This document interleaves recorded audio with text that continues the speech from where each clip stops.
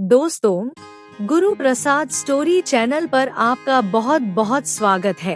Video शुरू करने से पहले कृपया आप मेरे चैनल को सब्सक्राइब जरूर करें और साथ में बेल आइकन को भी दबा दें ताकि मेरे नए वीडियो का नोटिफिकेशन आपको मिल जाए। और अगर वीडियो अच्छा लगे तो कृपया लाइक, कमेंट और ज्यादा से ज्यादा शेयर करें। अब देर न करते हुए आज की साखी शुरू करते हैं। दोस्तों, हम सभी लोग जानते हैं कि दिवाली हिंदुओं का बड़ा पवित्र और प्रसिद्ध त्योहार है।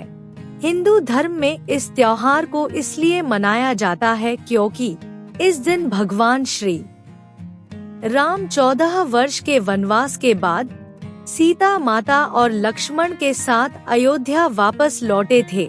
इसलिए श्री राम के स्वागत के उपलक्ष्य में पूरे भारतवर्ष में दीपमाला की गई थी। उसी दिन से दीपावली का त्योहार शुरू हो गया। दोस्तों, संत महात्मा दिवाली के लिए क्या उपदेश देते हैं और कैसे दिवाली मनाने के लिए कहते हैं, अगर आप भी ये सब कुछ जानना चाहते हैं तो कहानी को अंत तक जरूर सुनें। अब शुरू करते हैं। दोस्तों, क्या आप जानते हैं कि सिख धर्म में दिवाली क्यों मनाते हैं? तो दोस्तों, आइए आपको बताते हैं कि सिख दिवाली क्यों मनाते हैं। दोस्तों, सिख धर्म में दिवाली का त्योहार बंदी छोड़ दिवस के रूप में मनाया जाता है। इसके बारे में बहुत कम लोगों को पता है। वो इसलिए क्योंकि दोस्तों, रामायण तो सभी लोगों ने टेलीविजन पर बहुत देखी है, इसलिए सभी लोग इसके बारे में जानते हैं। तो दोस्तों, आज हम बात करते हैं बंदी छोड़ दिवस की और यह भी जानेंगे कि सिख धर्म में दिवाली क्यों मनाते हैं।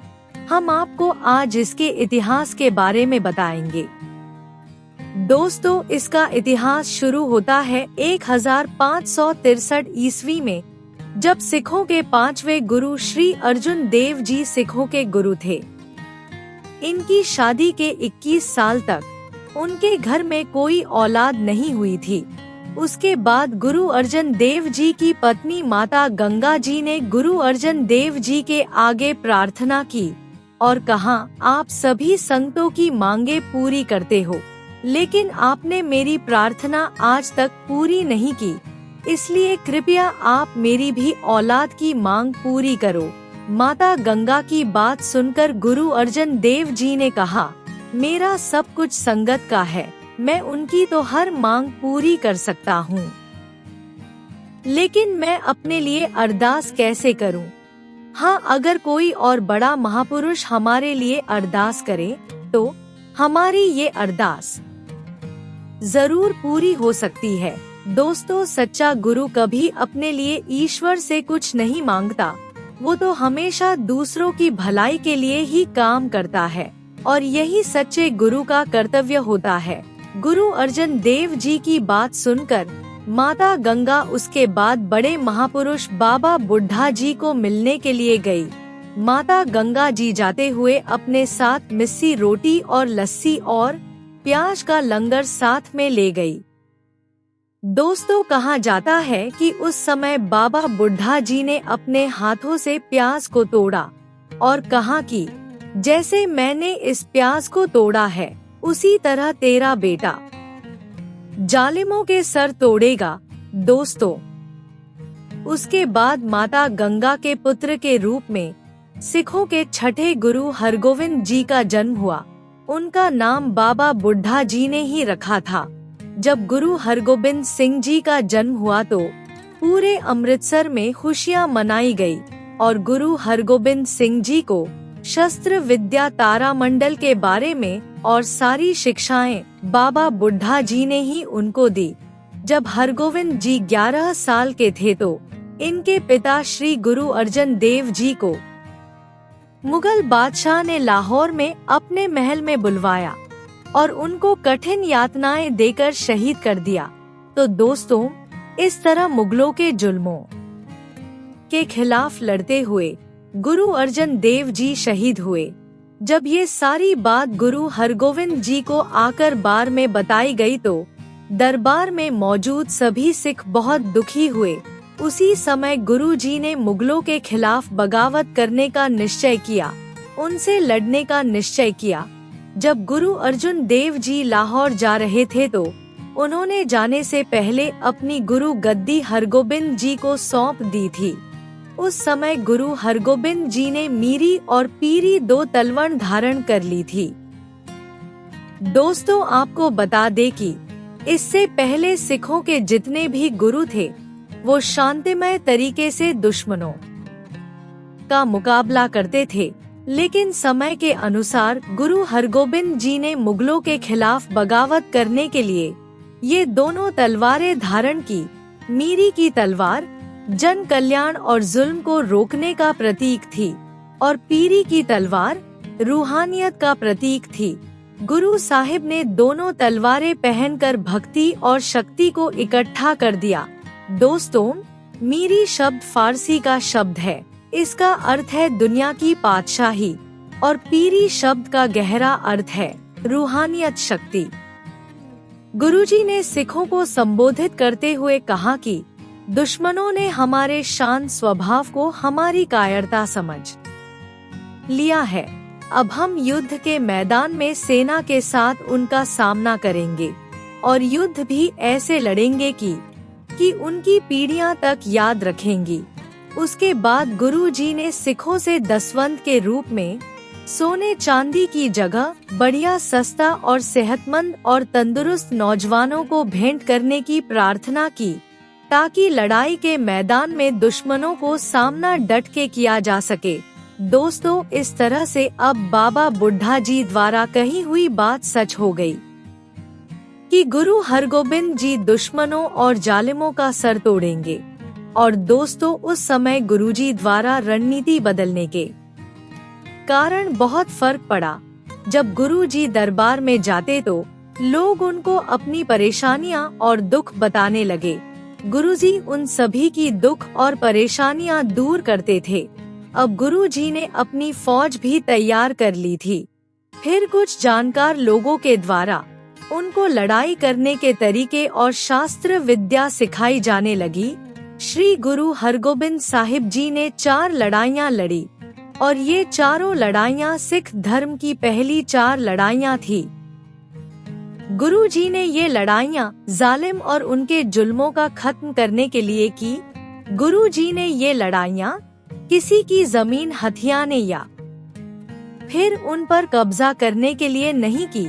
धीरे धीरे गुरुजी की प्रसिद्ध फैलने लगी और ये बात बादशाह जहांगीर तक भी पहुंची। जहांगीर के दरबार में चंदू जैसे लोग भी थे जो जहांगीर की चमचागिरी करते थे और उन्हें एक बात की 4 बात करके बताते थे।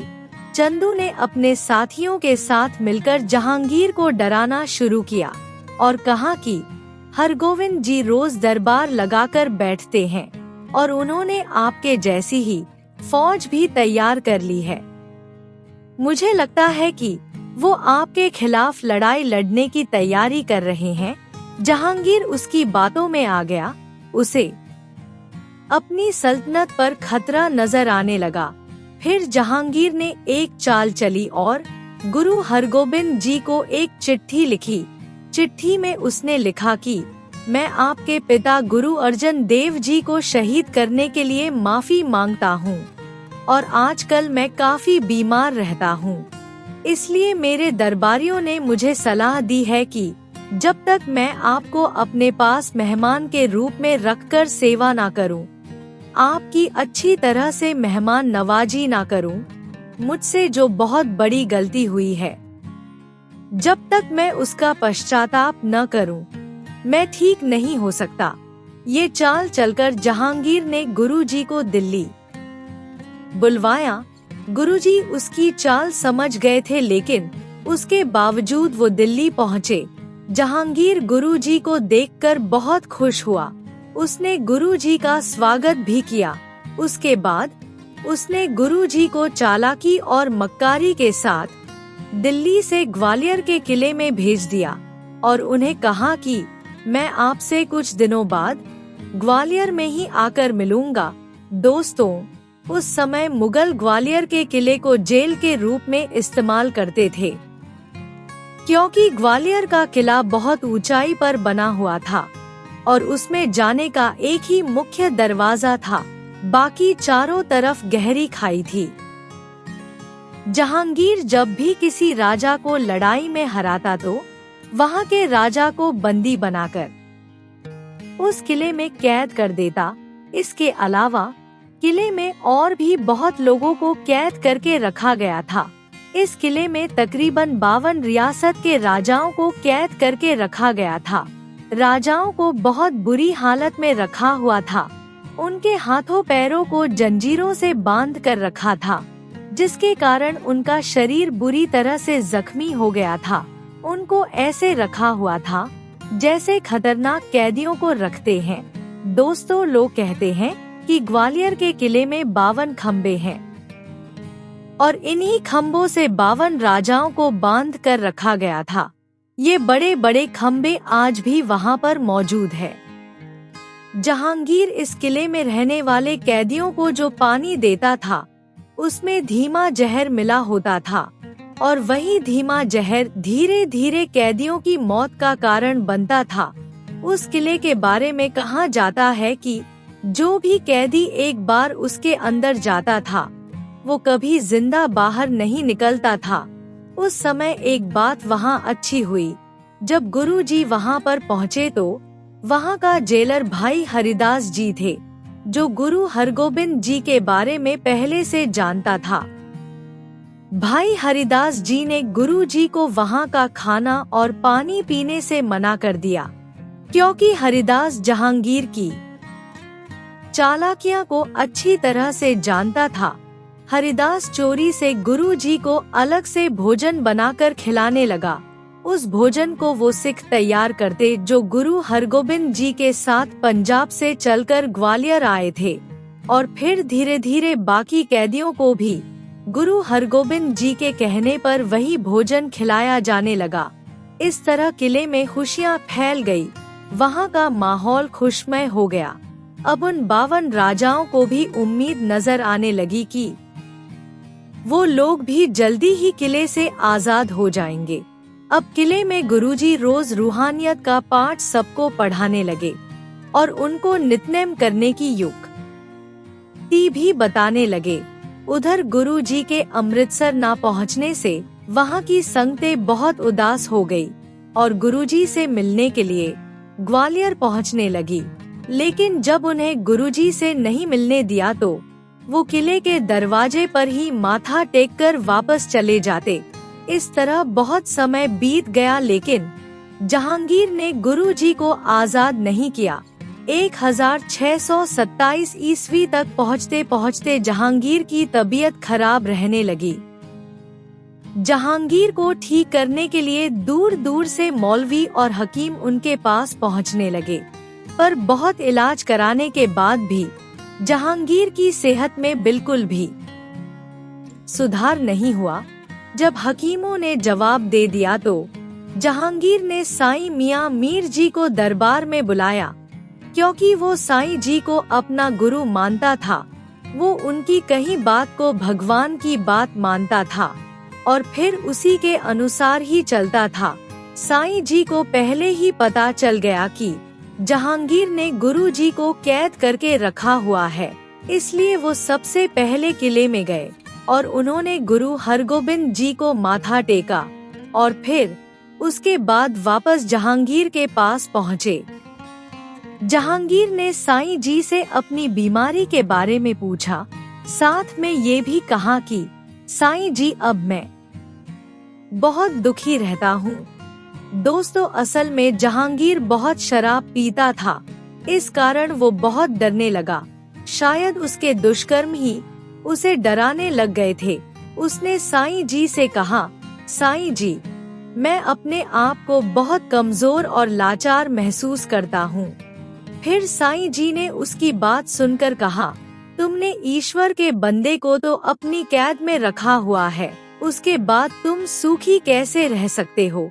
जब साईं जी ने के जहांगीर को ये बात कही तो जहांगीर को अपनी गलती महसूस हुई। उसने साईं जी के सामने शर्म से अपना सर झुका लिया। फिर उसके बाद जहांगीर ने जेल के जेलर को चिट्ठी लिखी, जिसमें लिखा था कि गुरुजी को आजाद कर दिया जाए। जब हरिदास जी ये खबर गुरु हरगोबिंद जी को देने गए तो गुरु हरगोबिंद सिंह जी ने आजाद होने से मना कर दिया। उन्होंने कहा कि अगर मैं यहाँ से चला गया तो यहाँ पर कैद 52 राजाओं को जहांगीर का जुल्म फिर से सहना पड़ेगा। मैं इनको यहाँ पर नहीं छोड़ सकता, मैं इनको अपने साथ लेकर ही जाऊंगा। जब ये खबर जहांगीर तक पहुँची तो पहले तो उसने सोचा कि इन सभी को वहीं जेल में रहने दिया जाए, गुरुजी को भी आजाद न किया जाए। लेकिन वो अपने गुरु साईं जी की बात भी नहीं टाल सकता था, इसलिए उसने एक चालाकी की और गुरुजी को संदेश भिजवाया कि उनके साथ उतने ही राजा बाहर आ सकते हैं जिन्होंने गुरुजी का चोला पकड़ा हो। जहांगीर ने ये चाल इसलिए चली थी क्योंकि उसने सोचा था कि इस तरह गुरुजी का चोला पकड़कर 2-4 राजा ही बाहर आ सकते हैं, बाकी राजा जेल के अंदर ही रह जाएंगे, क्योंकि सभी लोग बाहर जाने के चक्कर में आपस में लड़ बैठेंगे। इस तरह मुझे लगता है कोई भी बाहर नहीं आ पाएगा और सभी राजा अंदर ही रह जाएंगे। पर गुरुजी उसकी चाल समझ गए थे, इसलिए उन्होंने अपने सिखों को एक ऐसा चोला बनवाने के लिए कहा जिसकी 52 कलियां हो। गुरुजी के हुक्म पर वैसा चोला बहुत जल्दी ही तैयार करवा लिया गया। इसके बाद 52 के 52 राजा चोले की कली पकड़कर बाहर आ गए। जब जहांगीर ने ये देखा तो वो गुरुजी की चतुराई पर बहुत हैरान हुआ। जब ये चमत्कार हरिदास ने देखा तो वो चिल्लाने लगा कि दाता बंदी छोड़, दाता बंदी छोड़। तो दोस्तों, इस तरह से बंदी छोड़ दिवस की शुरुआत हुई। दोस्तों, आज भी ग्वालियर के किले में दाता बंदी छोड़ गुरुद्वारा बना हुआ है। दोस्तों, उसके बाद जहांगीर ने बड़े आदर सम्मान के साथ गुरुजी को दिल्ली बुलाया। जहांगीर ने अपने सिंहासन से 12 फीट ऊंचा गुरुजी के लिए सिंहासन बनवाया। जब गुरुजी वहां पहुंचे तो उसने गुरुजी को वहां पर विराजमान होने की प्रार्थना की। जब गुरुजी सिंहासन पर बैठे तो जहांगीर ने उनके चरण पकड़कर उनसे अपनी गलती के लिए माफी मांगी। दोस्तों, उसके बाद गुरुजी घोड़े पर बैठकर अमृतसर के लिए चल दिए। उनके साथ उनके काफी सारे सिख थे। जब गुरुजी अमृतसर पहुँचे तो लोगों ने पूरे शहर में दीपमाला की और गुरुजी का ढोल नगाड़े बजाकर स्वागत किया। जिस दिन गुरुजी वहां पर पहुंचे थे, दोस्तों, उस दिन दिवाली थी। इसीलिए सिख संगत बंदी छोड़ दिवस को दिवाली की तरह मनाती है। दोस्तों, संत महात्मा असली दिवाली किसे कहते हैं? संत महात्मा कहते हैं कि संत दिवाली नित करें। इसका मतलब है कि हमें भी संत महात्माओं की तरह दिवाली मनानी चाहिए, यानी रोज बिना नागा परमात्मा की याद में बैठना चाहिए। जिस दिन मनुष्य उस परमात्मा से मिलता है वही दिन दिवाली का होता है, क्योंकि मनुष्य की दिवाली तो उसी दिन होगी ना जिस दिन वो अपने असल घर पहुँचेगा। दोस्तों, संत महात्मा हमेशा यही उपदेश देते हैं और हमें भी उनके उपदेश के अनुसार चलना चाहिए। और जब तक इस दुनिया में है, रोज परमात्मा की याद में बैठकर उसे मिलना चाहिए और रोज दिवाली मनानी चाहिए। दोस्तों, अगर आपको आज की साखी अच्छी लगी हो तो चैनल को सब्सक्राइब और वीडियो को लाइक और कमेंट करना ना भूले। आपके बेशुमार प्यार के लिए बहुत बहुत धन्यवाद।